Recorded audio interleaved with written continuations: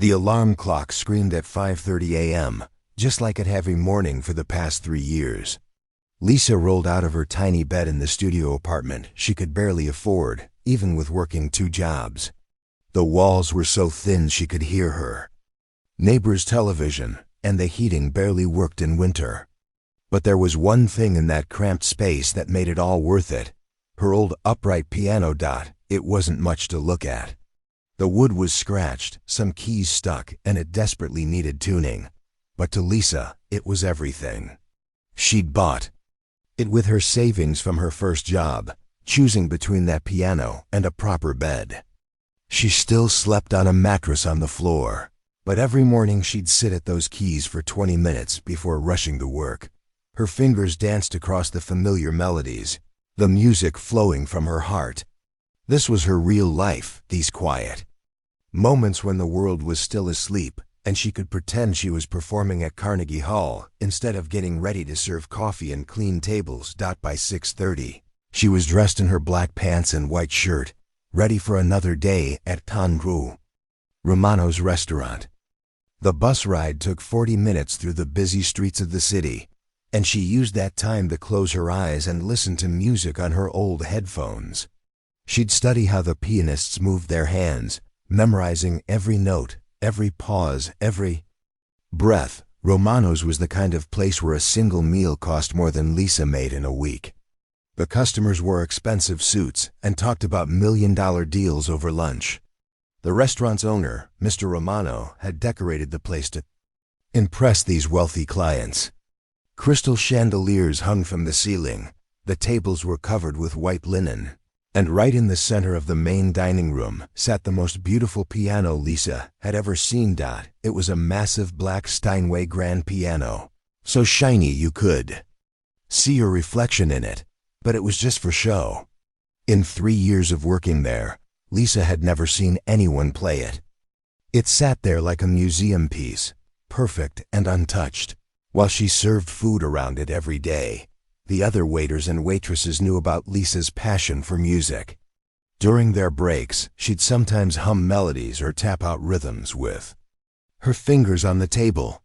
Once, her coworker Jake had asked her to play something on the restaurant piano, but Lisa was too scared. What if she broke something? What if a customer complained? What if she lost her job? The morning shift was always busy. Business people rushed in for quick breakfast meetings before heading to their offices. Lisa moved between tables, taking orders, bringing coffee, clearing plates. Her feet hurt in the cheap shoes she'd bought at a discount store, but she smiled at every customer and made sure their coffee cups never went empty.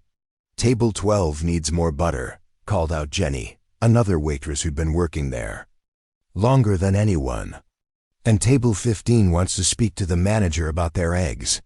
Lisa nodded and hurried to handle both requests. She'd learned that in this job, you had to move fast and keep everyone happy. The customers might not remember her name, but they'd remember if their service was slow or if she made a mistake. During her lunch break, Lisa would sometimes walk over to the piano when the dining room was empty. She'd run her fingers along the smooth wood, careful not to leave fingerprints.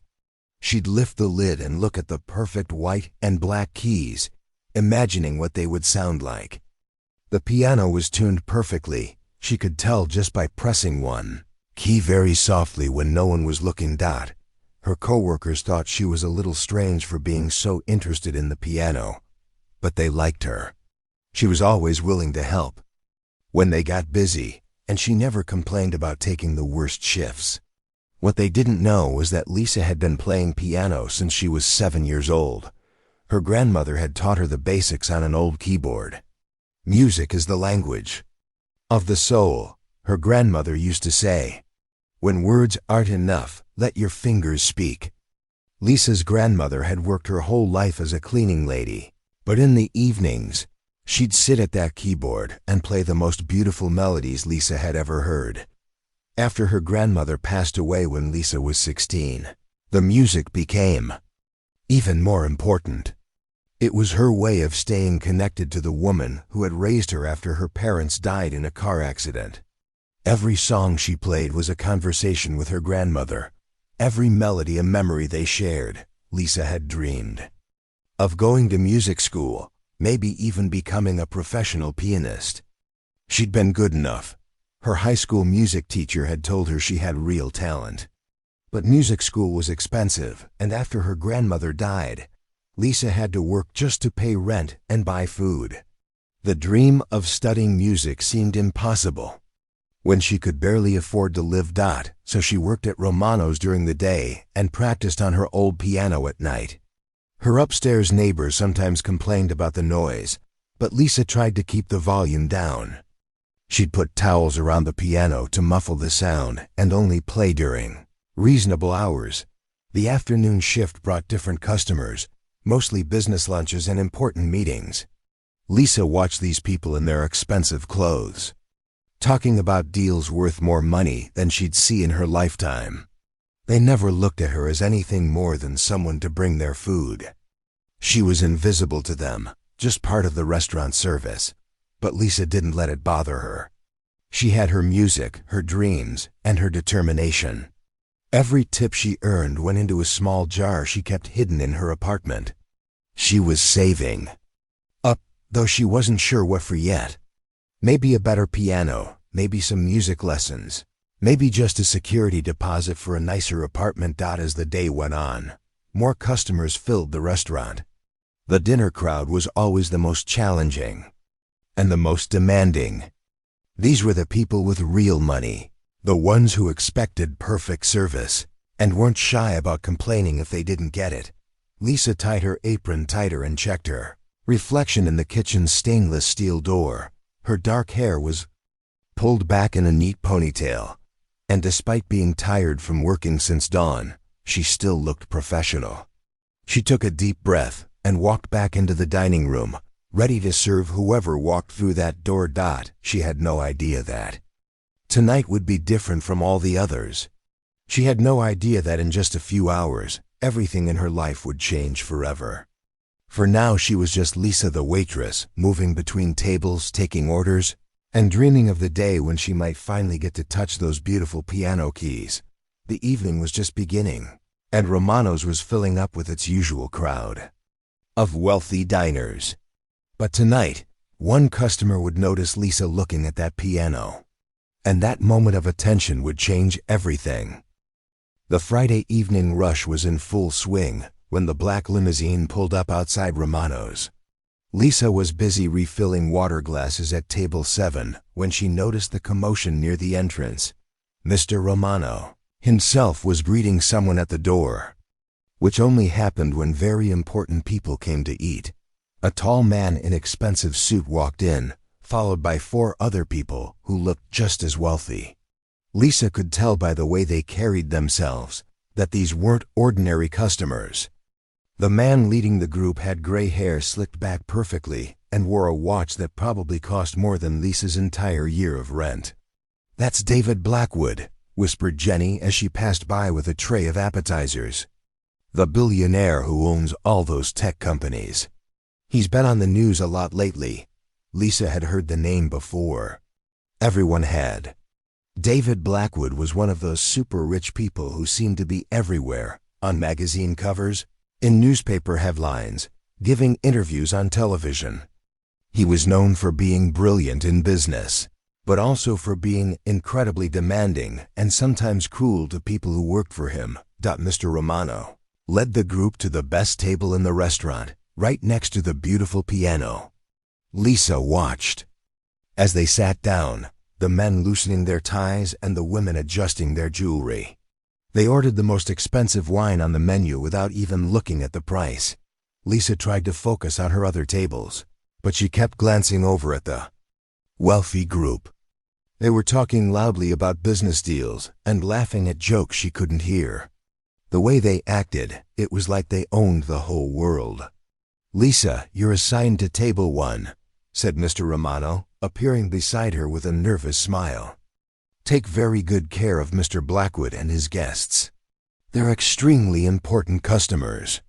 Lisa's heart skipped a beat. She'd served wealthy people before, but never anyone this famous or powerful. She smoothed down her apron, checked that her ponytail was neat, and walked over to their table with her notepad ready. "Good evening," she said with her best smile. "My name is Lisa, and I'll be taking care of you tonight. Can I start you off with some appetizers?" David Blackwood barely looked up from his conversation. "Bring us the lobster cocktail, the caviar, and whatever your most expensive appetizer is. We're celebrating a big deal today." Lisa wrote down the order, trying to keep her hands steady. The other people at the table were talking about millions of dollars like it was pocket change. She brought them their appetizers, refilled their drinks, and tried to stay invisible while doing her job perfectly. But as the evening went on, Lisa noticed something. Every time she cleared plates or brought new courses, her eyes would drift to the piano. She couldn't help it. The beautiful instrument was right there, so close she could almost touch it. She found herself wondering what it would sound like, how the keys would feel under her fingers. She didn't realize that David Blackwood was watching her. "You seem very interested in that piano," he said suddenly, his voice cutting through the restaurant's ambient noise. The whole table went quiet and turned to look at Lisa. Lisa felt her cheeks burn with embarrassment. "I'm sorry, sir. I was just dot. I didn't mean to be distracted." No, David said, leaning back in his chair with a smirk. "I'm curious, do you play?" The question hung in the air. Lisa's co-workers had stopped what they were doing and were watching the conversation. Other customers at nearby tables were listening too. Everyone seemed to be waiting for her answer. "A little," Lisa said quietly, wishing she could disappear. Little?" David laughed, but it wasn't a kind laugh. "That's what people say when they can't really play, but want to sound interesting. Come on, be honest. Can you actually play that piano, or do you just like looking at it?" Lisa's face grew even redder. "I can play, sir. I've been playing since I was a child." "Really?" David's eyes lit up with amusement. He turned to his companions. "Did you hear that? Our waitress is apparently a pianist. How fascinating." The other people at the table chuckled, but Lisa could tell they were laughing at her, not with her. She felt small and embarrassed, like a child being teased by bullies. "Well then," David said, his voice getting louder so more people in the restaurant could hear. "Since you can play, why don't you entertain us? Go ahead, sit down at that piano and show us what you can do." Lisa's heart started pounding. "Sir, I don't think that's appropriate. I'm working, and I'm not supposed to." "Oh, come on," David interrupted. "Don't be shy. We're all friends here. Play us a song. If you're any good, there's a big tip in it for you. Say, $200. The mention of money made Lisa's breath catch. $200 was more than she made in 3 days of work. That money could pay for groceries for a month, or help her catch up on her electric bill. But she could see the trap. This wasn't really about the money or even about the music. David Blackwood was treating her like entertainment, like a pet that could do tricks. The other customers were watching now, and Lisa could feel their eyes on her. "I really can't," she said, her voice barely above a whisper. "I'm sorry, but I need to focus on serving you and the other customers." David's smile disappeared. "You know what? I don't think you can actually play. I think you were just pretending to be cultured, trying to seem more interesting than you really are." His words hit her like a slap. Lisa felt tears starting to form in her eyes, but she blinked them back. She couldn't cry here, not in front of all these people. "That's not true," she said, her voice stronger now. "I can play. I just don't think it's appropriate for me to perform while I'm working." "Inappropriate?" David laughed again, and this time his companions joined in more loudly. "What's inappropriate about a little dinner music? Unless, of course, you're embarrassed because you know you can't actually play." The challenge in his voice was clear. Lisa looked around the restaurant and saw that everyone was watching. Her co-workers looked uncomfortable, but none of them were going to help her. Mr. Romano was nowhere to be seen. She was on her own. "Fine," she said, surprising herself with her own boldness. "But I want to make something clear. I'm not doing this because I have to. I'm doing this because I want to prove you wrong." David's eyebrows raised. "Ooh, the waitress. Has some fire in her. I like that. But here's the deal. If you're not good enough to impress us, you don't get the tip. And everyone here will know that you were just pretending to be something you're not." Lisa felt trapped. If she walked away now, she'd look like a coward. But if she played and didn't meet their expectations, she'd be humiliated in front of everyone. Either way, David Blackwood would win, but there was something else driving her forward. All her life, people had underestimated her. They saw a waitress, a poor girl with no education, someone who didn't matter. They never saw the hours she spent practicing, the passion she had for music, the dreams she carried in her heart. "Okay," she said, her voice steady now. "I'll play for you. But not for the money. I'll play because I want to show you that you don't know everything about people just because you have money." The restaurant had gone completely quiet. Even the kitchen staff had stopped what they were doing to watch. Lisa walked slowly toward the piano, her legs feeling like jelly, but her determination growing stronger with each step. She had no idea that in the next few minutes, everything in her life would change forever. Lisa's hands were shaking as she approached the beautiful black piano. Every step felt like walking through quicksand. The entire restaurant had gone silent, and she could feel dozens of eyes watching her every move. Her heart was beating so loud she was sure everyone could hear it. The piano bench was polished to perfection, just like everything else in this expensive restaurant. Lisa had dreamed of sitting at a piano like this for years, but not like this. Not as some kind of circus act for rich people's entertainment. She sat down slowly and lifted the heavy lid that covered the keys. The piano was even more beautiful up close. Each key was perfectly clean and positioned, not a single scratch or mark anywhere. This instrument probably cost more than Lisa would make in 10 years of working. "Well?" David Blackwood called out from his table, his voice breaking the silence. "We're waiting. Don't tell me you're getting cold feet now." Lisa could hear some of his companions chuckling. One of them whispered something she couldn't make out, but it made the others laugh harder. She felt her cheeks burning with embarrassment, but she forced herself to focus on the piano keys in front of her. She pressed middle C very gently, and the sound that came out was perfect, rich, clear, and perfectly tuned. Despite everything happening around her, Lisa couldn't help but smile a little. This piano was magnificent. "Come on," David said louder now, clearly enjoying the attention he was getting from the other diners. "Play something. Anything. Show us what all that practice has taught you." Lisa placed her fingers on the keys and began with a simple piece she knew by heart, a Bach invention she'd learned years ago. The melody was calm and precise, each note flowing into the next with mathematical perfection. Her nervousness began to fade as muscle memory took over, but after just a few measures, David interrupted her with a loud clap. "Stop, stop," he said, waving his hand dismissively. "That's boring. That sounds like something they'd play in an elevator.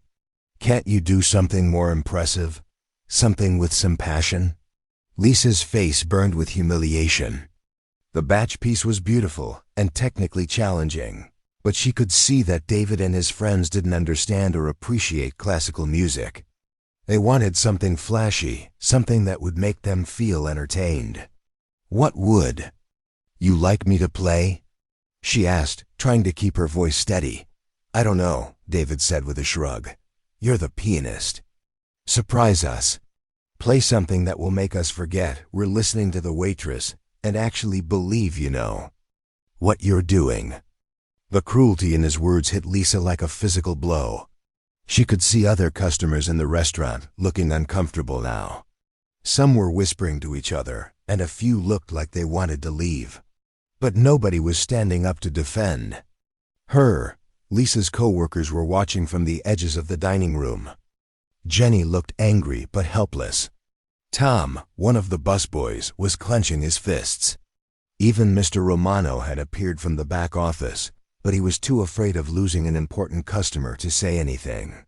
Maybe she can't actually play anything. Good, said one of David's companions, a woman with perfectly styled blonde hair and diamond earrings.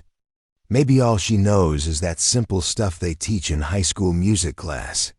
You might be right, David agreed, nodding seriously. It's easy to fool people when you only play the basics. Real musicians can play with emotion, with power. They can make you feel something. Lisa's hands were trembling again. She wanted to run away, to hide in the kitchen until these horrible people left. But something her grandmother used to say came back to her. When people try to make you feel small, that's when you need to show them how big your heart really is. She took a deep breath and began to play Chopin's Minute Waltz. It was a piece that required incredible finger speed and coordination, one that would definitely show off her technical skills. Her fingers flew across the keys, executing the rapid passages with precision that came from years of practice. The music filled the restaurant with its brilliant, sparkling energy. Several customers started to look impressed. The piece was undeniably virtuosic, requiring a level of skill that amateur players simply couldn't achieve. But even as she played this challenging piece perfectly, Lisa could see David's expression hadn't changed. He was still wearing that smug smile, still treating her performance like it was some kind of joke. When she finished, there was a moment of genuine applause from other tables. Several diners were clearly impressed by what they'd just heard. But David just shook his head. Not bad, he said in a tone that made it clear he didn't mean it as a compliment. You can definitely move your fingers fast. But that still felt like a performance, not like music. It was technically correct, but he paused dramatically. It had no soul. Lisa felt something break inside her chest. She had just played one of the most difficult pieces in the piano repertoire flawlessly, and this man was dismissing it like it was nothing. She could see the satisfaction in his eyes, the pleasure he was getting from breaking her down piece by piece. Maybe that's the problem with people like you, David continued, his voice carrying across the quiet restaurant. You can copy what real musicians do, but you can't create anything original. You don't have anything real to say through the music. The restaurant was completely silent now. Even the kitchen staff had stopped working to listen. Lisa could feel tears starting to form in her eyes, but she blinked them back furiously. She would not give this man the satisfaction of seeing her cry. Play something else, David commanded. Something that actually means something. Show us you're not just a machine that can hit the right keys in the right order. Lisa's hands hovered over the keys, but she felt paralyzed. Every piece, she thought of, seemed wrong somehow. Too simple, too complicated, too sad, too happy. Nothing felt right under the weight of all those judging eyes. I'm waiting, David said, tapping his expensive watch. Or maybe you're finally ready to admit that you're exactly what you appear to be, just a waitress who learned to play a few songs. That last comment hit harder than all the others. Lisa had been holding back tears, holding back anger, holding back the urge to run away. But something about the way he said, just a waitress, made her feel a flash of rage she'd never experienced before. She thought about her grandmother, who had worked as a cleaning lady her whole life but could make magic happen when she sat at that old keyboard. She thought about all the nights she'd practiced until her fingers were sore, all the dreams she'd put aside to pay rent and buy food. You want to hear something with soul? Lisa said, her voice stronger than it had been all evening. You want to hear something real? David leaned back in his chair with a satisfied smile. Now we're getting somewhere.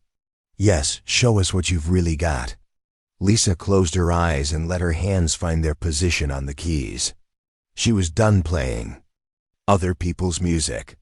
She was done trying to impress people who had already decided she wasn't worth their respect thought it was time to play something that came from her heart.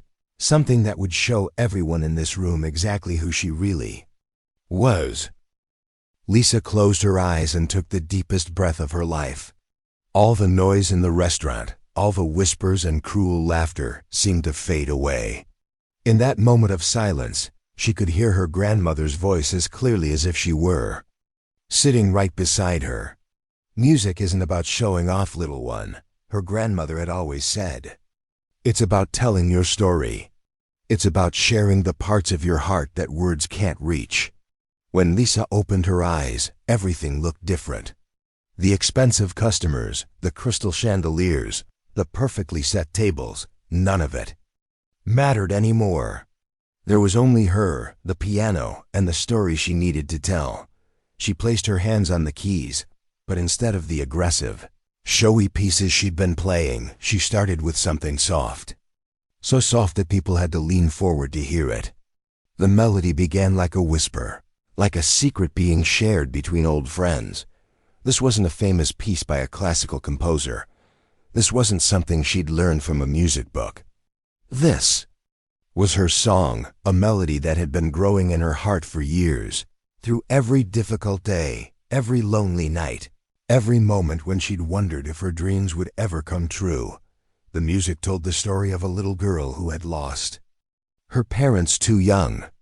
It spoke of a grandmother's gentle hands teaching small fingers how to find magic in black and white keys. The melody carried the weight of poverty, the ache of working multiple jobs, the exhaustion of dreaming big in a world that seemed determined to keep her small. But as the song continued, something beautiful began to happen. The sadness transformed into something else, not happiness exactly, but hope. The melody grew stronger, more confident. It spoke of resilience, of the quiet strength it takes to keep going when everything seems impossible. David Blackwood had been leaning back in his chair with that smug smile, waiting for another opportunity to criticize. But as Lisa's music filled the restaurant, his expression began to change. The smile faded. His posture straightened. For the first time all evening, he was actually listening. Other diners who had been chatting quietly or checking their phones stopped what they were doing. Conversations died mid-sentence. Servers paused with plates in their hands.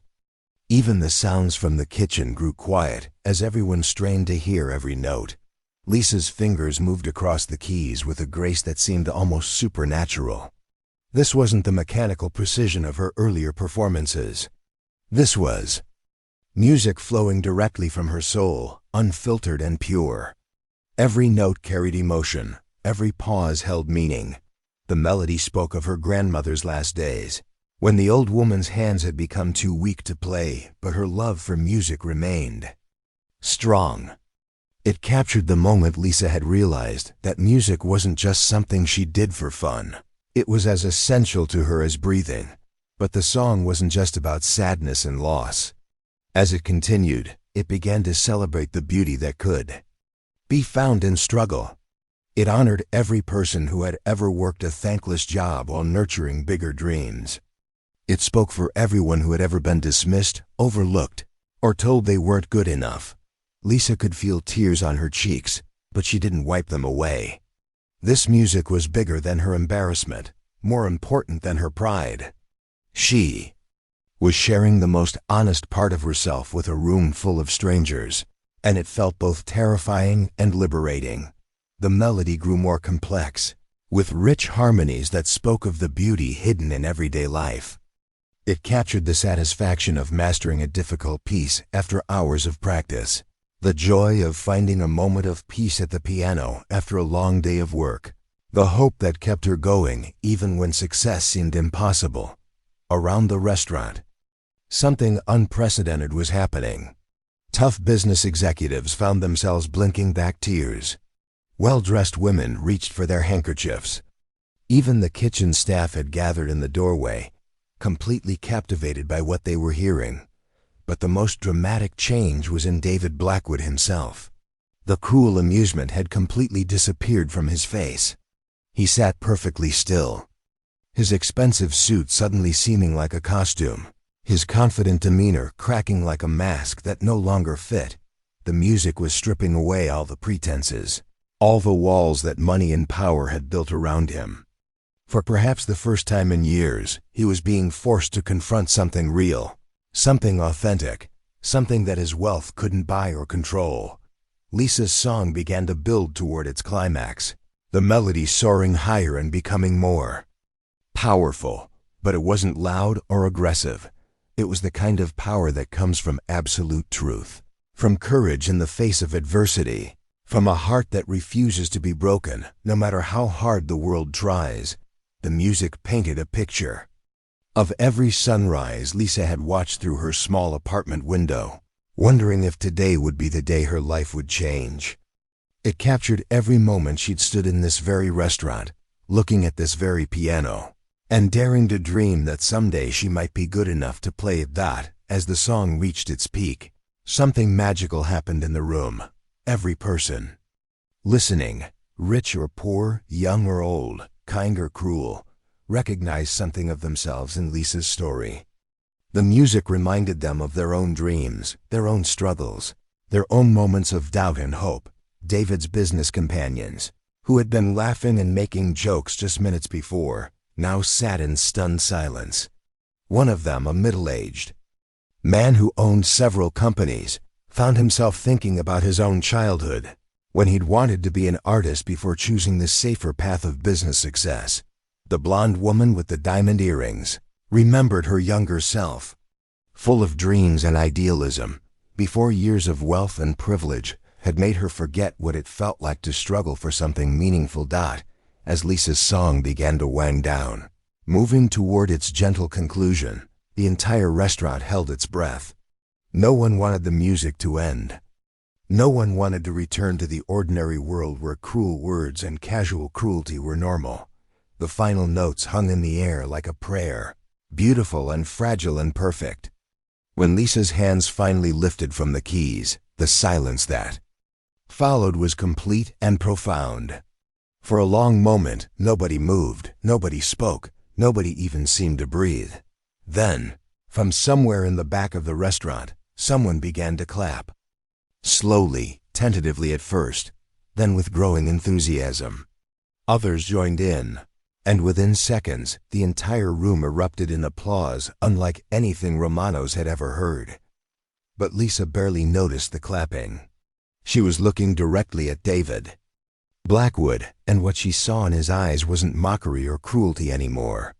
For the first time all evening, she saw something real, something human, something that looked almost like shame. The music had done what words never could have accomplished.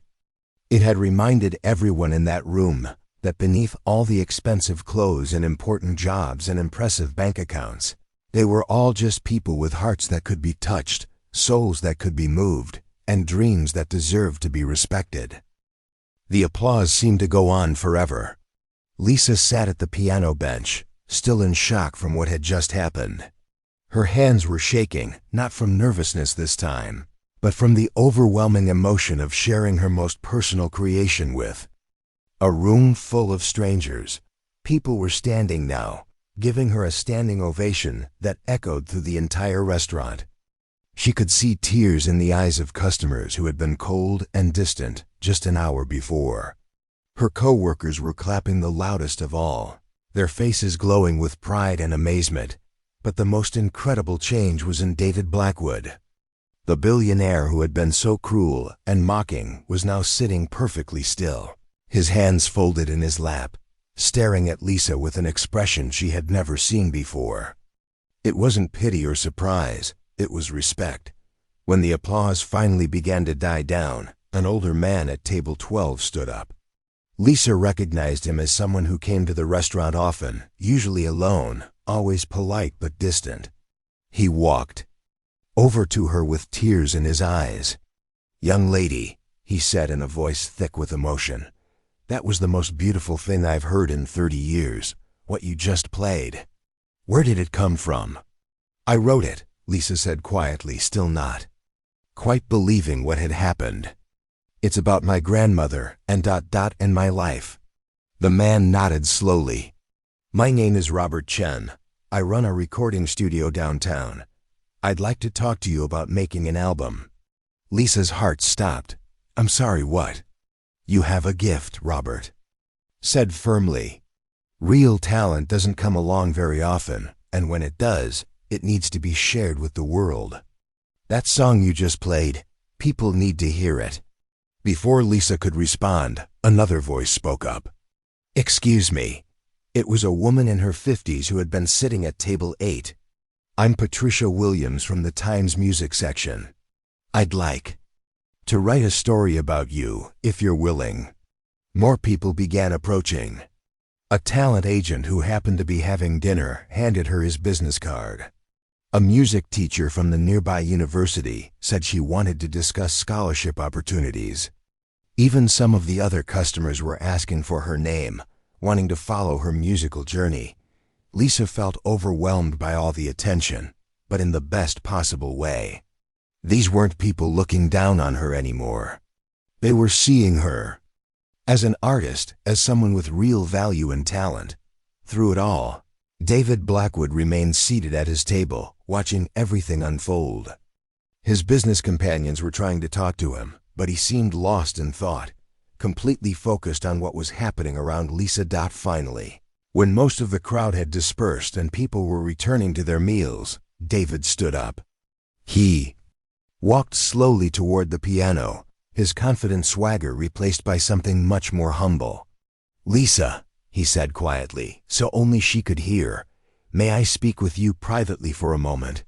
Lisa nodded, still not sure what to expect.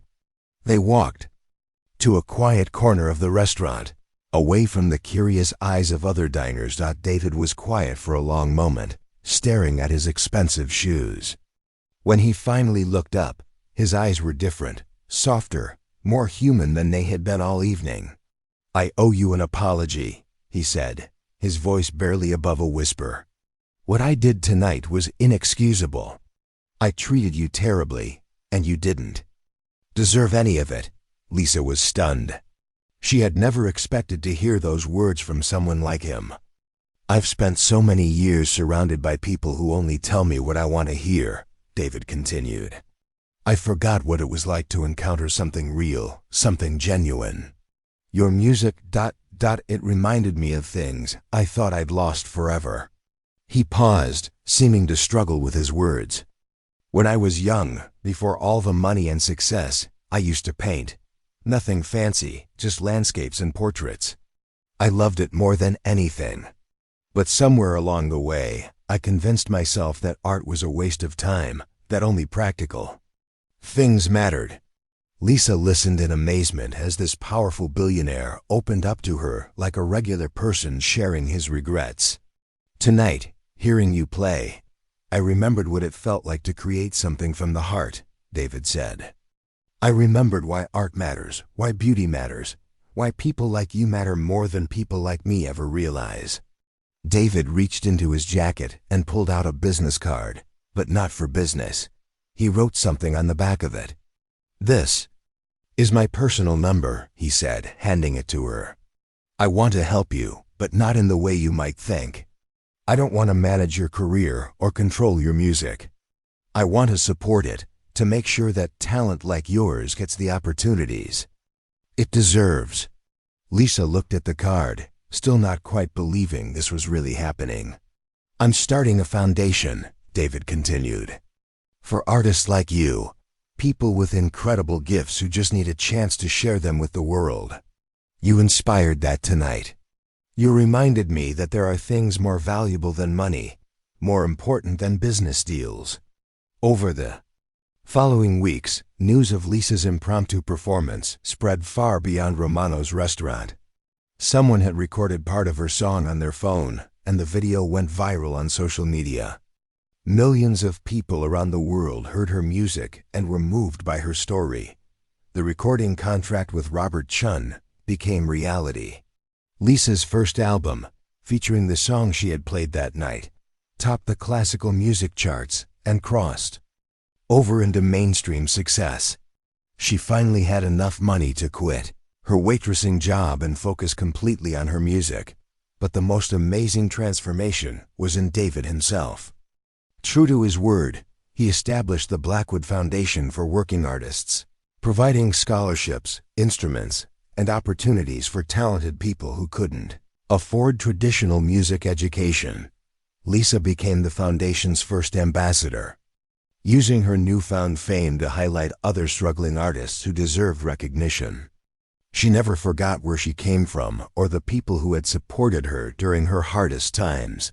6 months later, Lisa returned to Romano's, not as a waitress, but as a guest of honor. The restaurant had installed a small plaque next to the piano that read, "On this piano, dreams come true." David was there that night too, along with many of the customers who had witnessed her original performance. But this time, when Lisa sat down to play, it wasn't because someone was forcing her or mocking her. It was because she wanted to share her music with people who had become like family to her. As her fingers touched the keys, Lisa thought about her grandmother and how proud she would have been.